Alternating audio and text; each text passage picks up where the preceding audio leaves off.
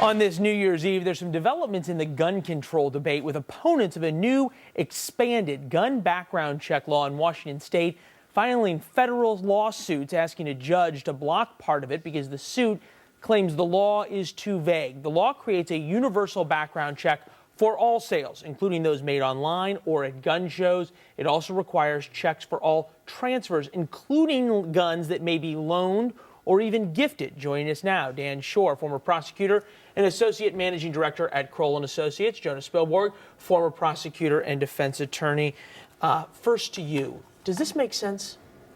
Doesn't make a whole lot of sense. Here's the first thing we need to know is Second Amendment advocates are not complaining about the background check portion of this initiative. What they're complaining about, and rightfully so, is the transfer portion. Because essentially the law right now is written is so broad, so vague and confusing. It's as if you're saying, okay, listen, you can buy guns from private sellers the third Thursday of every month as long as the private seller is a Capricorn. It just doesn't make any sense. And what they're trying to do with this initiative is really put an end to the Second Amendment, and that's why the advocates are getting upset about it. Well, and it seems like also at some point there's issues with this law, and people are saying that, you know, even if you are going to now give the gun to the FedEx driver to ship it across state lines, those kinds of things, you can run into problems. Is this the law of unintended consequences here, Dan? Maybe, but let's take a step back. The overall purpose of the law, which is to have expanded background checks, so people who have criminal records and people who have some kind of mental health histories that are dangerous, to stop them from getting guns, that's really important. And the law is trying to expand background checks.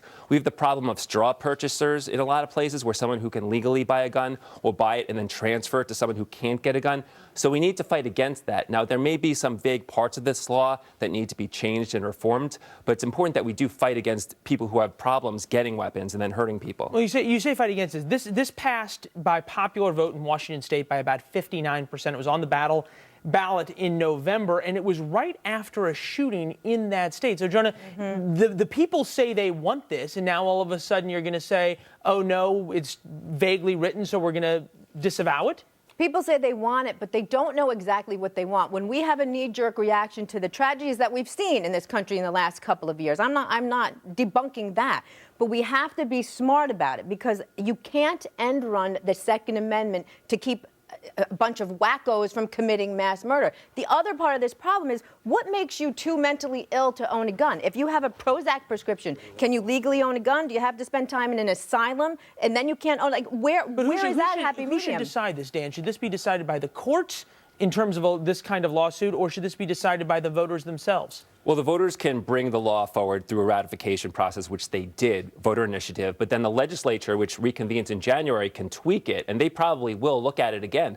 But remember, we've had so many tragedies of people with criminal backgrounds, mental health issues, getting guns and using them. John raises a good question. Where do you draw the line on who has enough mental health problems that they can't get a gun? That's something that as a society we have to battle with, but we certainly have to work towards stopping people with dangerous histories from getting weapons because they can hurt and kill people as they have. Is this the debate we're going to see going forward in terms of weighing the Second Amendment versus things like mental health, things like criminal backgrounds, things like straw purchases, and then going into the larger question of really how many background checks you have to go through for a weapons purchase? I think that's the only way we're going to get from point A to point B. I understand both sides of this argument, but you can't do away with the Second Amendment, number one. And it's going to be a real slippery slope as to decide who on the...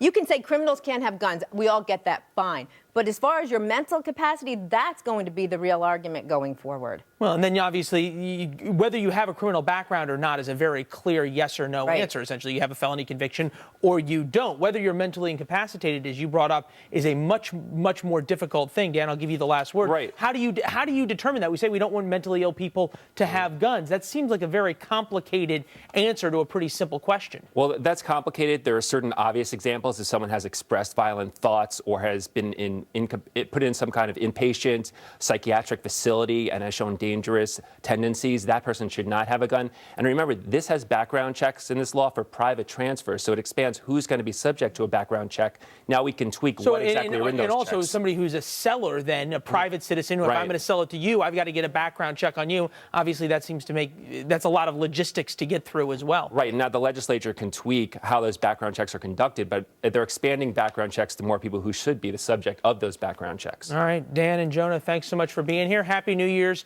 to you both. You're already in Times Square. Enjoy enjoy the festivities. Happy New Year. Thanks. All right, Happy New Year, guys. Happy New Year.